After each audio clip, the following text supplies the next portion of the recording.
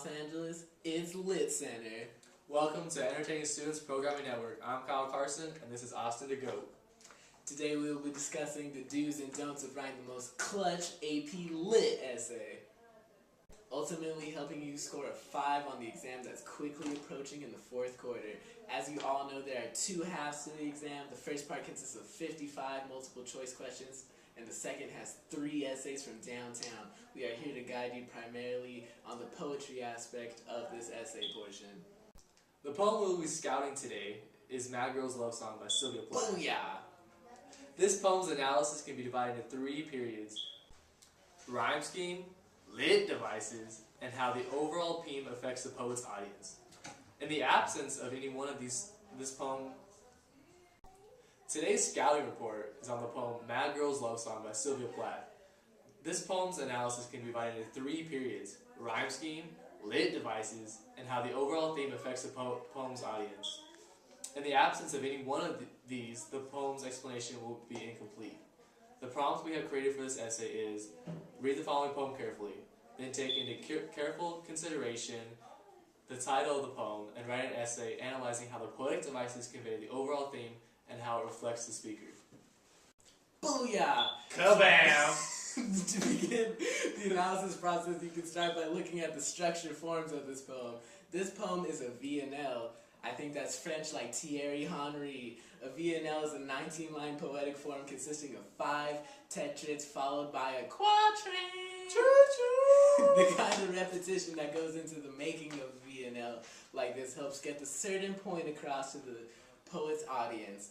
Knowing the structure and form of a poem from the beginning, the writing process can greatly enhance the quality of your backing and give support to your claims.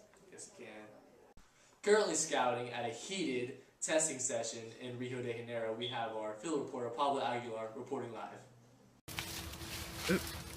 First line of the first stanza, I close my eyes when the world drops dead, is repeated in the last line of the second and the fourth stanzas, and the second to last lines of the sixth stanza.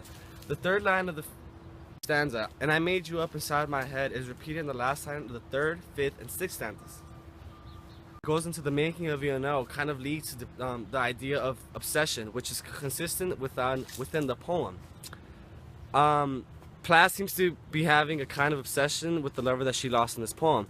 Aside from this, I might even argue that it might be because the fact that her lover came into her life so quick that she might have made him up inside of her head, so kind of like a figment of her imagination, which is why sometimes she says throughout the poem, I made you up inside my head.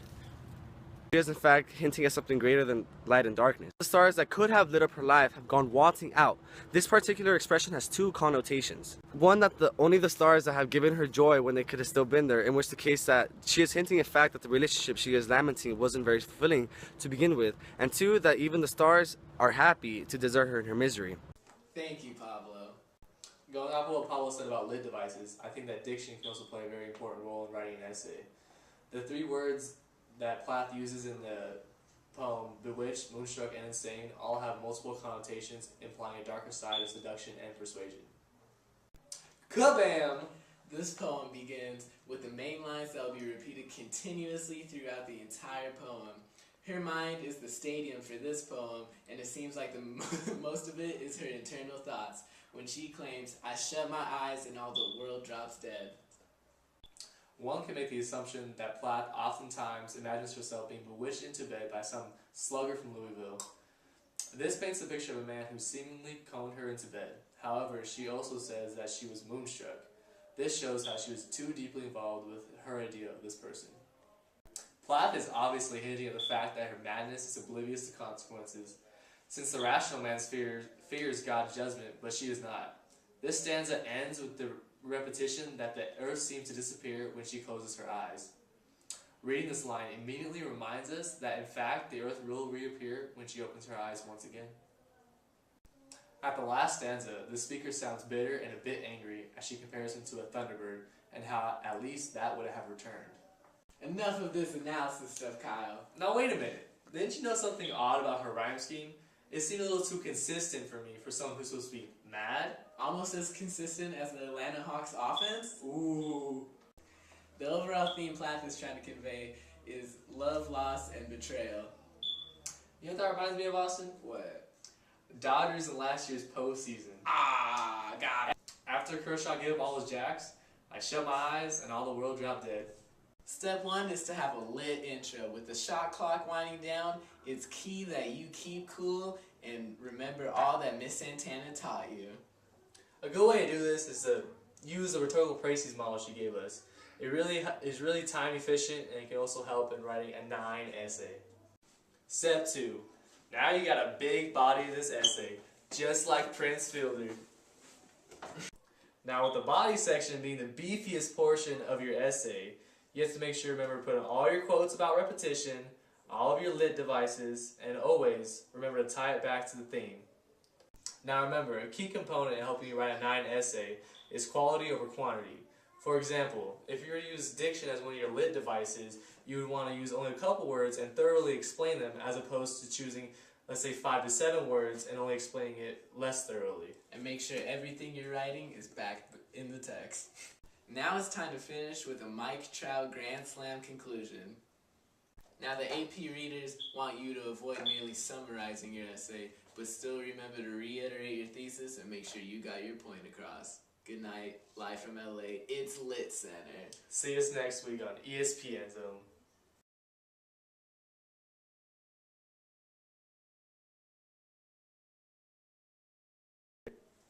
Oh, I didn't know. Gotti! Noah Pinal. Ultimately helping you score 5 on the... Sorry, yeah. No, please don't put that in there. The overall theme Plath is trying to convey. The overall theme Now remember, a key rule to writing a 9 to it. Now remember, one of the biggest ways to have a 9 essay. avoid Avoid merely summarizing.